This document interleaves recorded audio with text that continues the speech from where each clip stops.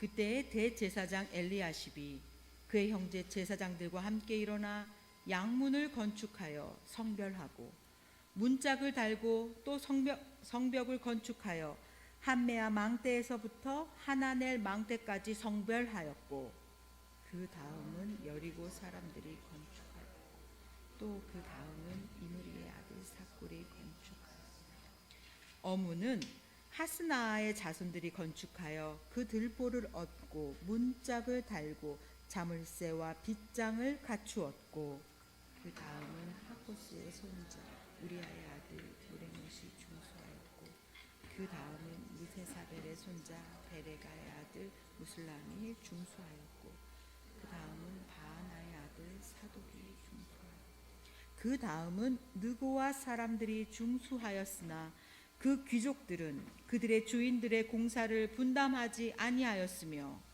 옛 문은 바세아의 아들 요야다와 부조다의 아들 무슬람이 중수하여 그 들보를 얹고 문짝을 달고 자물쇠와 빗장을 갖추었고 그 다음은 기브온 사람 물라랴와 메로노 사람 야돈이 강 서쪽 총독의 관할에 속한 기브온 사람들 및 미스바 사람들과 더불어 중수하였고 그 다음은 금장색 하레아의 아들 오시엘이 중수하였고 그 다음은 황금장사 하라야 등이 중수하되 그들이 예루살렘의 넓은 성벽까지 하였고 그 다음은 예루살렘 지방의 절반을 다스리는 후루의 아들 르바야가 중수하였고 그 다음은 하루마의 아들 여디야가 자기 집과 마주대한 곳을 중수하였고 그 다음은 하삼르아의 아들 하투스가 중수하였고 하림의 아들 말기야와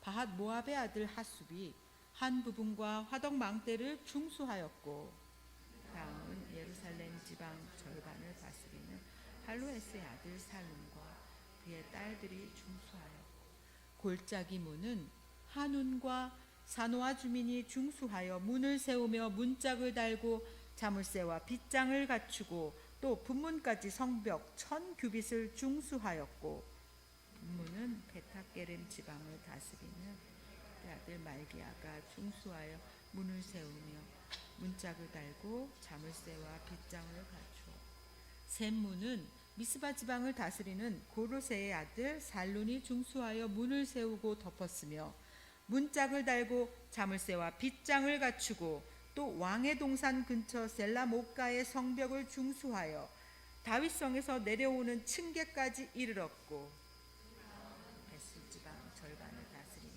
아스북의 아들 느헤미야가 중수하여 다윗의 묘실과 마주대하는 곳에 이르고 또 파서 만든 용사의 집까지 이르렀고 그 다음은 레위 사람 바니의 아들 르훔이 중수하였고 그 다음은 그일라 지방 절반을 다스리는 하사랴가 그 지방을 대표하여 중수하였고 그 다음은 그들의 형제들 가운데 그일라 지방 절반을 다스리는 헤나닷의 아들 바위가 중수하였고 그 다음은 미스바를 다스리는 예수아의 아들 에셀이 한 부분을 중수하여 성 구비에 있는 군기고 맞은편까지 이르렀고 그 다음은 사배의 아들 바룩이 한 부분을 힘써 중수하여 성 구비에서부터 대제사장 엘리야십의 진문에 이르렀고 그 다음은 하코스의 손자 우리아의 아들 무레못이 한 부분을 중수하여 엘리야십의 집 문에서부터 엘리야십의 집 모퉁이에 이르렀고 그 다음은 평지에 사는 제사장들이 중수하여 그 다음은 베냐민과 핫숲이 자기 집 맞은편 부분을 중수하였고 그 다음은 아나냐의 손자 마아세야의 아들 아사랴가 자기 집에서 가까운 부분을 중수하였고 그 다음은 헤나닷의 아들 빈누이가 한 부분을 중수하되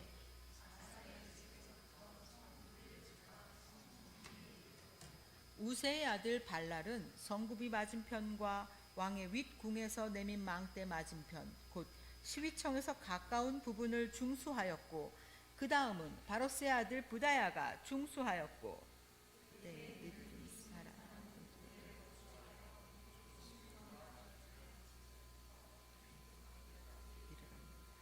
그 다음은 드고와 사람들이 한 부분을 중수하여 내민 큰 망대와 마주대한 곳에서부터 오벨 성벽까지 이르렀느니라.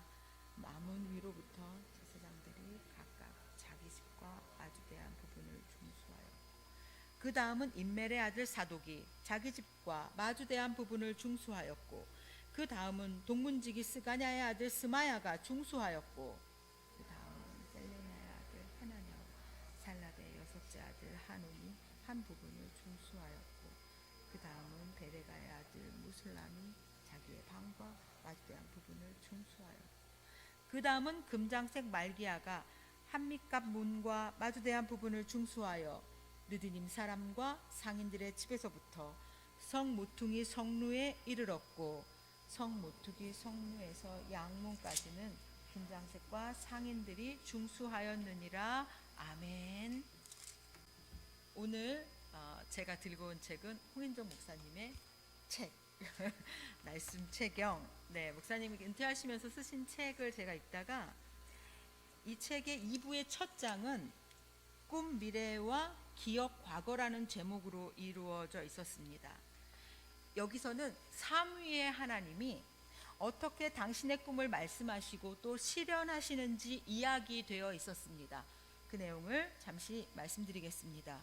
우리의 성부 하나님은 노아에게 무지개를 보여주시면서 다시는 물로 심판하지 않으실 것을 약속하시며 당신의 기대와 계획을 말씀하셨습니다. 75세 된 아브라함을 부르셔서 내가 너로 큰 민족을 이루고 내게 복을 주어 내 이름을 장대하게 하리니 너는 복이 될지라 라고 미래의 계획과 꿈을 말씀하셨습니다. 이분이 성부 하나님이십니다. 성자 예수님께서는요, 주는 그리스도시요 살아계신 하나님의 아들이라는 베드로의 고백 위에 예수님을 닮은, 예수님의 성품을 닮은 예수님께 속한 교회를 세우시겠다, 이 반석 위에 내 교회를 세우겠다라고 말씀하시면서 그분의 계획과 꿈을 말씀하셨습니다. 그리고 그것을 성취하셨습니다. 그리고 예수님께서는 하나님의 사람을 부르셔서 하나님의 뜻과 계획을 성취하셨습니다. 베드로를 부르셨고 바울을 부르셨죠. 하나님의 꿈을 실현하십니다. 성령 하나님께서는요, 제자들에게 임하셔서 예수님의 교회의 꿈을 성취하셨습니다.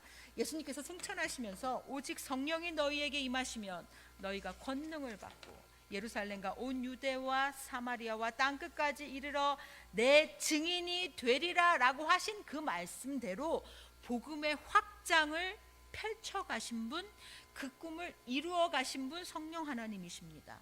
성령님은 현실을 넘어서서 그 꿈을 이루어 가시는 분이셨습니다. 그래서 오늘도 우리 하나님의 사람들은 하나님의 뜻이 펼쳐지는 환상을 보고 하나님께서 행하시는 일을 경이로움 가운데 꿈을 꾸고 하나님께서 그 뜻이 어떻게 성취될 것을 바라는 사람들이라는 것. 그러니까 하나님은요, 우리에게 꿈을 꾸게 하시고 하나님을 향한 거룩한 소망을 갖게 하시는 삼위의 하나님이시다라는 것이 이 첫 장에 나와 있었습니다. 그래서 제가 이 대목을 읽는데 하나님의 꿈이 나의 비전이 되고라는 그 찬양의 대목이 이 원리에서 나왔구나라는, 이 근거를 발견했구나라는 생각이 들었습니다. 삼위의 하나님의 꿈과 비전, 우리의 비전이 뗄래와 뗄 수 없는 관계라면 우리가 하나님의 꿈에 무지하게 된다면 어떤 일이 발생할까요? 자, 하나님의 꿈이 우리의 비전이 된 이러한 관계라면 우리가 하나님의 꿈에 무지하다면 어떤 일이 벌어질까요? 우리는 하나님께서 우리를 통해 펼쳐내실 일들을 소망할 수가 없습니다. 그러니까 하나님의 꿈을 모르는 사람들은 하나님께서 어떻게 일을 펼쳐가실지 소망할 수 없습니다. 또 하나님께서 연지교회에 어떤 일들을 이루어 가실까 설레어하지 않습니다. 하나님의 꿈을 모르니까. 하나님의 꿈에 대한 무지는 우리를 움직이지 않게, 하나님의 일에 대해서, 하나님의 꿈에 대해서 움직이지 않게 하는 거예요. 분명한 것은 그런 모습으로는 하나님의 꿈을 담아낼 수 없다는 겁니다. 이 챕터의 마지막에서요, 목사님께서는 하나님의 사람들을 향한 기도문을 하나 담아 주시는데요, 제가 인용하겠습니다. 하나님의 사람들이 기진맥진하여 꿈을 잃고 있다면 하나님께서는 끊임없이 우리를 귀찮게 하실 것이다. 새로움을 꿈꾸는 사람들은 영국의 탐험가로 알려진 프랜시스 드레이크의 기도문을 묵상하며 꿈을 꾸어야 한다 라고 하면서 기도문 하나를 실어 주셨습니다. 저는 저와 여러분이 이 기도문을 함께 읽으면서 하나님의 꿈을 나의 비전으로 삼는 그 소망을 함께 담아보고자 합니다. 우리를 귀찮게 하소서 주님이라는 기도문입니다. 함께 기도합니다. 우리를 귀찮게 하소서 주님. 우리가 너무 우리 자신에 만족해 있을 때, 우리가 너무 작은 꿈을 꾸었기 때문에 우리의 꿈이 쉽게 이루어졌을 때, 우리가 해변을 끼고 너무 가깝게 항해하여 목적지에 안전하게 도착했을 때 우리를 귀찮게 하소서 주님. 우리가 너무 많은 것을 소유하여 생명수에 대한 갈증을 상실해 버렸다면, 우리가 이 세상을 너무 사랑해서 영생을 꿈꾸는 것을 잊어버렸다면, 새 땅을 건설하기 위하여 우리가 노력하느라 천국에 대한 소망이 어두워졌다면 우리를 귀찮게 하소서 주님. 더욱 용감하게 모험하도록 너무 해변에 가까이 있지 말고 바다 먼 곳으로 가게 하소서. 그리고 우리를 밀어내소서.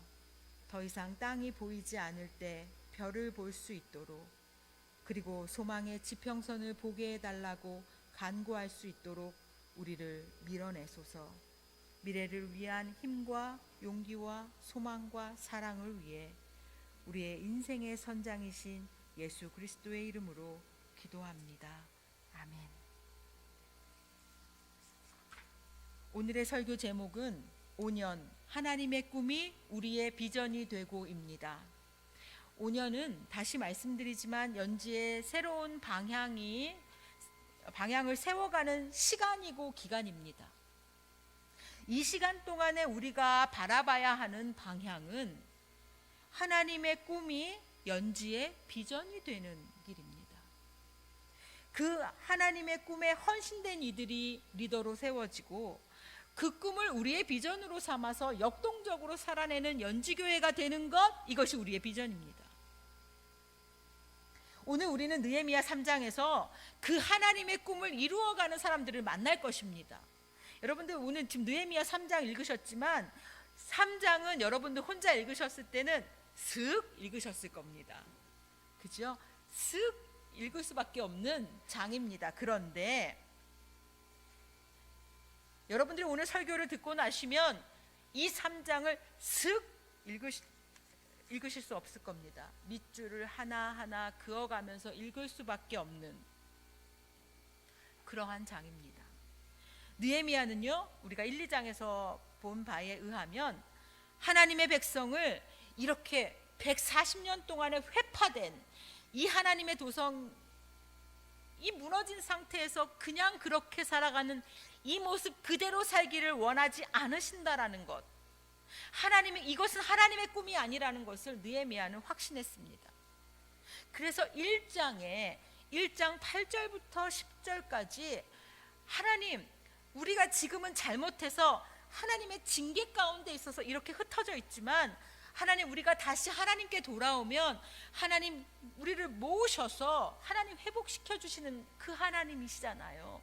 우리가 하나님의 주의 종이잖아요 라는 이러한 확신을 느헤미야 1장에서 하고 있었습니다. 우리가 먼저 보겠습니다. 느헤미야 1장 8절부터 10절까지를 우리가 함께 읽습니다. 1장 8절부터 10절까지의 말씀입니다. 같이 읽습니다.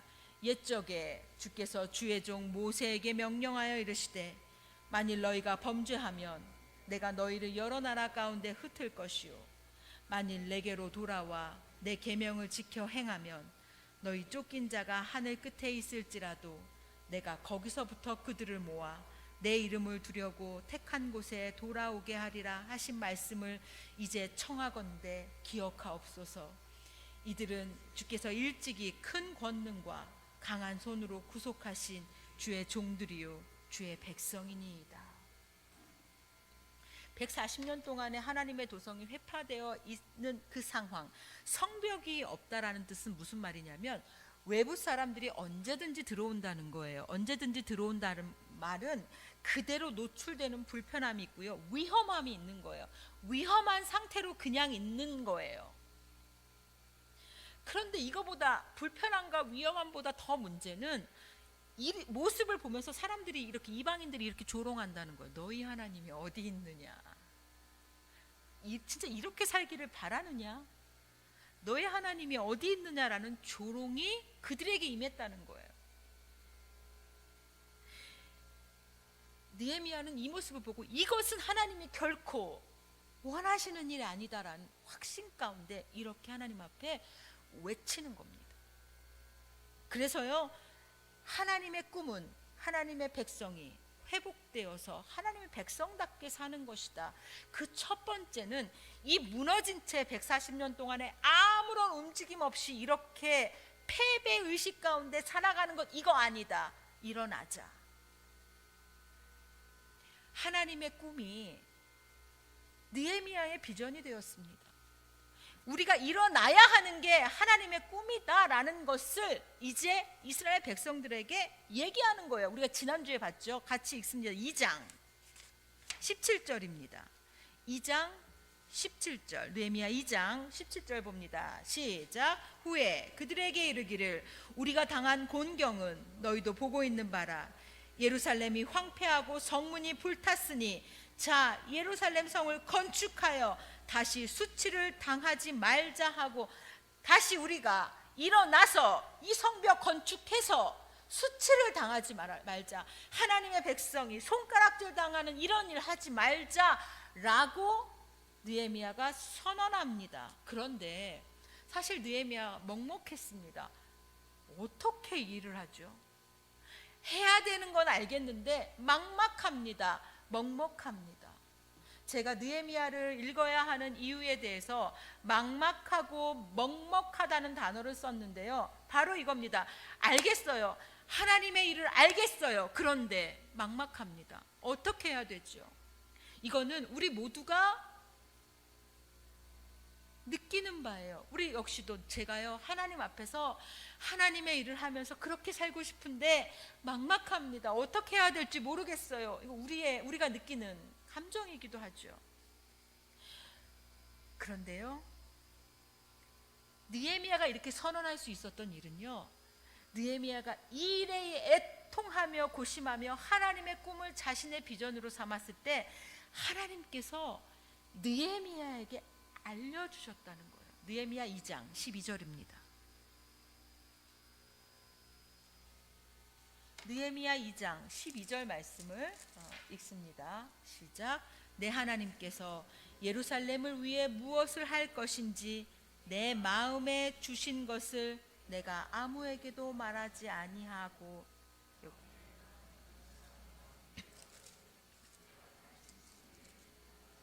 없더라.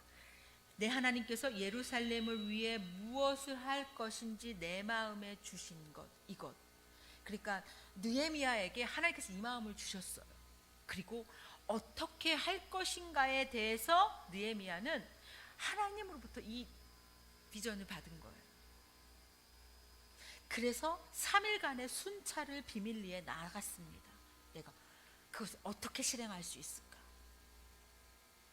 예루살렘에 도착해서 3일 동안에 하나님의 꿈을 내가 어떻게 담아내야 되는지 순찰하는 겁니다. 그리고 하나님의 비전으로 충만해진 느헤미야가 드디어 하나님의 백성 앞에서 이 꿈이 우리의 비전이 되어야 한다라는 것을 선언하니 바로 2장 18절입니다. 2장 18절을 읽습니다. 시작. 또 그들에게 하나님의 선한 손이 나를 도우신 일과 왕이 내게 이른 말씀을 전하였더니 그들의 말이 일어나 건축하자 하고 모두 힘을 내어 이 선한 일을 하려 하매. 느헤미야의 말을 듣고서 그들 이스라엘 백성들이 우리가 일어나 건축하자라고 하며 일어난 거예요. 모두 힘을 내어 이 선한 일을 하자. 하나님의 꿈 앞에서 모두가 일어났고 힘을 냈습니다. 이 3장은요, 오늘 본문인 3장은 하나님의 꿈이 자신의 비전이 된 사람들의 역동적인 모습이 나타나고 있어요. 이스라엘 공동체가 하나님의 꿈을 담았을 때 어떤 일이 일어나는지 보여주는 장입니다. 우리가 어찌 쉬이 읽어낼 수 있겠습니까? 여기에요, 3장을 읽는 은혜로운 방법은 여기에 등장하는 이름마다 우리의 이름이 등장한다라고 생각하고 읽으시면 됩니다. 75명의 대표자들이 등장합니다. 이들이 종사한 직업만도 15가지입니다. 사회적으로 매우 다양한 사람들이, 또 지도자들, 어디 영역을 다스리는 사람들, 온갖 지위에 있던 사람들이 이 모두 함께 성벽을 재건하는 일에 하나님의 꿈에 참여합니다. 성벽을 재건하는 방법은 2가지가 있었어요. 여기서부터 쭉 이렇게 지어서 가는 거예요. 쭉 돌아서 여기서 시작해서 쭉 돌아서 성벽을 완성하는 방법이 하나가 있어요. 이거의 장점은요, 철저한 계획하에 순차적으로 이루어져서요, 균일하게 진행될 수 있다라는 겁니다. 그런데 단점은 여기에 이렇게 진행되는 동안에 소수의 인력이 투입되기 때문에 많은 인력이 놀아야 돼요. 이게 단점이에요. 2번째 방법은요, 동시다발적으로 각 영역별로 동시다발적으로 성벽을 짓는 일입니다. 건축하는 일, 동시에 자기 맡은 구역을 짓는 일이에요. 이거의 장점은 많은 사람들을 한꺼번에 동원해서 시간이 빨리 끝낼 수 있다라는 장점이 있지만, 단점이 무엇이냐면, 결정적인 단점이 무엇이냐면, 이 사람과 이 사람이 한 이 사이가, 여기가 틈이에요. 그래서 이렇게 할 경우에는 이것을 대책을 세우고 이것을 완벽히 메우고 전체적으로 균형을 맞출 수 있는 지도자가 능해야 합니다. 느헤미야는요, 2번째 방법을 택합니다. 성벽 재건 공사를요 45개의 구간으로 나눕니다. 그리고 그 자리마다 10개의 성문을 완성하면서요, 그 자리마다 자신이 맡은 구역이 설정이 되는 거예요. 그래서 이 3장은요, 이 공사를 위해 누가 어디에 배치되었다라는 말이 지금 쭉 나오고 있는 겁니다. 사실 오늘 본문은요, 오늘 설교는요, 이 본문을 읽는 것만으로도 충분합니다. 그런데 저는 이 본문을 읽으면서 하나님의 꿈이 우리의 비전이 되는 그 소망으로 가득 차기를 기대하면서 읽을 겁니다. 특별히 3가지 우리 연지의 비전인 동행, 동참, 동역이라는 이 3가지의 키워드를 기억하면서 오늘 본문을 읽으면 은혜가 남다르실 겁니다. 우리 첫 번째 키워드인 동행을 보겠습니다. 여기서 우리가 동행, 하나님의 꿈에 있어서 이 동행은 자기 자리를 지킨다라는 뜻이에요. 이 여정에 내가 함께 한다는 거예요. 하나님의 꿈이 우리의 비전이 되는 그 여정에 내가 동행한다는 것은 내가 자리를 지킨다는 뜻입니다. 이름과 분량이 주어진다는 거예요. 하나님의 꿈을 나의 비전으로 담아서 걸어내는 거기에 내 이름이 들어가 있고 내가 할 일이 주어지는 것, 이게 동행이에요. 연지교회가 하나님의 꿈을 담아서 우리의 비전으로 걸어갈 때 동행이라는 키워드가 우리에게 이토록 중요하게 됩니다. 2번째 키워드는 동참인데요. 동참은요, 내 몫을 감당한다는 겁니다. 45개의 구간의 공사가 동시에 진행돼요. 동시에 진행된다는 뜻은 어디 하나씩이 꺼져서는 안 되는 거예요. 특별히 내가 내 자리를 쌓아 올려야지만 그 다음 사람이 이어서 이것을 하게 됩니다. 내 부분이 무너지지 않게 내 몫을 감당한다는 것이 동참이에요. 세 번째 키워드인 동역은 우리의 연합으로 이 빈틈을 메운다라는 의미입니다. 한 사람이 자신의 일을 하고서 그 다음으로 넘겨줄 때 성경에서 3장에서 뭐라고 나타나면 그 다음은 이라는 말로 나타나 있습니다. 이 그 다음은에서 중요한 거는 이 허술할 수 있는 틈을 메우는 거예요. 이 공사의 성공 여부는 이 틈을 얼마나 잘 메우냐에 달려 있습니다. 어떻게 하느냐? 연합은 이 빈틈을 메우는 아주 중요한 힘입니다. 그래서요, 우리가 연합해서 빈틈을 메우는 것, 이것이 동역의 의미입니다. 연지교회의 동행, 동참, 동역이라는 키워드는 하나님의 꿈을 우리의 비전으로 담아서 걸어내는 과정 속에서 이러한 역할들을 합니다. 우리 온 성도들은 자기 자리를 지키면서 동행하고 내 몫을 감당하면서 동참하고 우리의 연합으로 빈틈을 메워가면서 동역해가면서 하나님의 비전을 이루어갈 수 있습니다.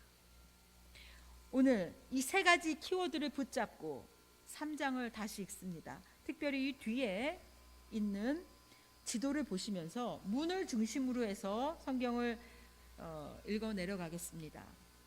제일 첫 번째 양문을 보십시오. 양문 찾으셨어요? 이 공사의 시작이 어디서 시작되는지가 중요합니다. 양문에서 시작돼요. 이 양문은 제사장들이 제사를 드리기 위해 바칠 양이 통과하는 문이에요. 제물이 통과하는 문이에요. 근데 여기서부터 시작이 돼서요, 32장의 맨 마지막에 양문으로 다시 끝이 납니다. 이것이 가지고 있는 의미가 있어요. 모든 회복의 시작은요, 양문으로부터예요. 예수님이 요한복음 10장에서 나는 양의 문이다 라고 말씀하셨어요. 양의 문은 나를 통해서 들어가는 거. 그러니까 하나님은 앞으로 가는 길에 의미가 있어요. 지금 성벽의 회복이 양문으로부터 시작해서 양문에서 끝난다는 것을 기억하시고요. 또 하나 읽으실 때 이 양문의 공사를 누가 시작하는지를 볼 필요가 있습니다. 누구로부터 시작합니까? 대제사장 엘리야십과 제사장들이 시작합니다. 뿐만 아니라 이들이 무엇까지 수축하냐면 망대까지 수축을 하는데요. 망대는 뭡니까? 이렇게 적들을 살피는 정찰하는 곳이잖아요. 성벽보다 더 높은 곳이 망대예요. 그러니까 더 많이 공사해야 돼요. 그 역할까지도 대제사장과 제사장들이 리더들이요, 더 크게 감당하는 거예요. 그런 의미를 담고 있습니다. 회복의 시작이 예수님께로 나아가는 예배로부터 시작된다라는 의미를 담아서 양문 1절과 2절을 함께 읽습니다. 시작. 그때에 대제사장 엘리야십이 그의 형제 제사장들과 함께 일어나 양문을 건축하여 성별하고 문짝을 달고 또 성벽을 건축하여 한메아 망대에서부터 하나넬 망대까지 성별하였고 그 다음은 여리고 사람들이 건축하였고 또 그 다음은 이므리의 아들 삭굴이 건축하였으며. 자, 지도를 봤을 때 요 그림을 봤을 때요, 이제 시계 반대 방향으로 이 설명이 시작돼요. 그러니 양문에서 한메아 망대부터 하나넬 망대까지가 되셨죠. 이건 엘리야십과 제사장들이, 그 다음에 여리고 사람들과 삭굴이 건축을 했고, 그 다음 어문이 됩니다. 어문이요, 3절에서 5절까지가 이 어문에 대한 설명입니다. 같이 읽습니다. 시작. 어문은 하스나의 자손들이 건축하여 그 들보를 얹고 문짝을 달고 자물쇠와 빗장을 갖추었고, 그 다음은 하코스의 손자 우리아의 아들 무레못이 중수하였고, 그 다음은 무세사벨의 손자 베레가의 아들 무슬람이 중수하였고, 그 다음은 바나의 아들 사독이 중수하였고, 그 다음은 드고와 사람들이 중수하였으나 그 귀족들은 그들의 주인들의 공사를 분담하지 아니하였으며. 여기서 드고와의 귀족들이 참여하지 않았다고 분명히 말하고 있어요. 그들은 아쉬울 게 없었습니다. 절실할 이유가 없었습니다. 지금 살아가는데 그리 큰 지장이 없었습니다. 그것이 전부였는데 성경은요 굳이 그것을 기록하고 있습니다. 이유가 무엇이겠습니까? 옛문은 6절부터 12절까지에 해당됩니다. 그런데 여기서 볼 것은 상업하는 사람들이 나타나는데요. 8절에 금장색 하레아의 아들 우시엘, 향품 장사 하나냐, 이들이 등장하는데요. 이들은 경제적으로 넉넉했던 자입니다. 이 일을 하면서 굳이 이익을 따로 볼 필요가 없는 사람들인데요. 그들이 참여하고 있습니다. 12절에 보면 놀라운 사실이 등장합니다. 할로에스의 아들 살룸과 그의 딸들이 중수하였고 여인들이 참여했다라는 사실이 여기서 또 등장을 합니다. 다양한 구성원들이 나타나죠. 골짜기 문은 13절 상반절이고요. 제가 시간이 안 돼서 뒤에 부분을 넘어갑니다. 분문은 13절에서 14절, 샘문은 15절에서 25절, 그죠? 수문은 26절부터 27절, 이렇게 지금 순서대로 쭉 되어가고 있는 거예요. 시계 반대 방향으로 이렇게 돌아가죠. 샘문, 그 다음 마문까지 왔습니다. 마문이 28절에서 29절 상반절, 동문은 29절에서 30절, 한미갑문은 31절, 그리고 32절이 마지막 구절인데요. 32절을 같이 보겠습니다. 같이 읽습니다. 32절입니다. 시작. 성모퉁이 성루에서 양문까지는 금장색과 상인들이 중수하였느니라. 이렇게 해서 양문에서 시작한 모든 성벽 공사가 이 마지막까지 양문까지 돌아왔어요. 자, 하나님의 교회가 진정한 예배를 드리고 세상에서 복음을 전하는 것, 영혼을 살리는 것, 이거 우리에게 맡기신 하나님의 꿈 아닙니까? 하나님께서 연지교회를 세우셨을 때 가지셨던 그 꿈, 그것은 우리 연지교회의 걸어온 역사의 서사 속에 들어있습니다. 하나님의 꿈이 연지교회의 비전이 될 때 우리가 역동적인 교회가 됩니다. 느헤미야 3장은요 140년 동안에 하지 못했던 일인데 하나님의 꿈을 공동체가 비전으로 삼았을 때 그 공동체가 얼마나 강력한 공동체가 되는지를 보여주고 있습니다. 그리고 기어코 그 일을 해내고 있음을 보여주고 있습니다. 연지교회 역시 하나님의 꿈을 연지교회가 품어낼 때 강력한 교회가 됩니다. 5년 동안 우리는 하나님의 꿈을 우리의 비전으로 삼는 것을 공고히 해야 합니다. 동행, 동참, 동역을 통해 하나님의 일 앞에 함께하고 하나님의 일 앞에 나서면서 우리는 강력한 공동체가 되어야 합니다. 3장에 나타난 그 수많은 이름들이 연지교회의 성도들의 이름으로 채워지는 그 아름다운 일들이 우리에게 일어나기를 축복합니다. 기도하겠습니다. 하나님, 하나님의 꿈이 연지의 비전이 되기를 원합니다. 그 비전을 품고 강력한 공동체가 되어 하나님의 꿈을 하나님의 일로 구현해내는 연지교회 되게 하여 주옵소서. 예수님의 이름으로 기도드립니다. 아멘.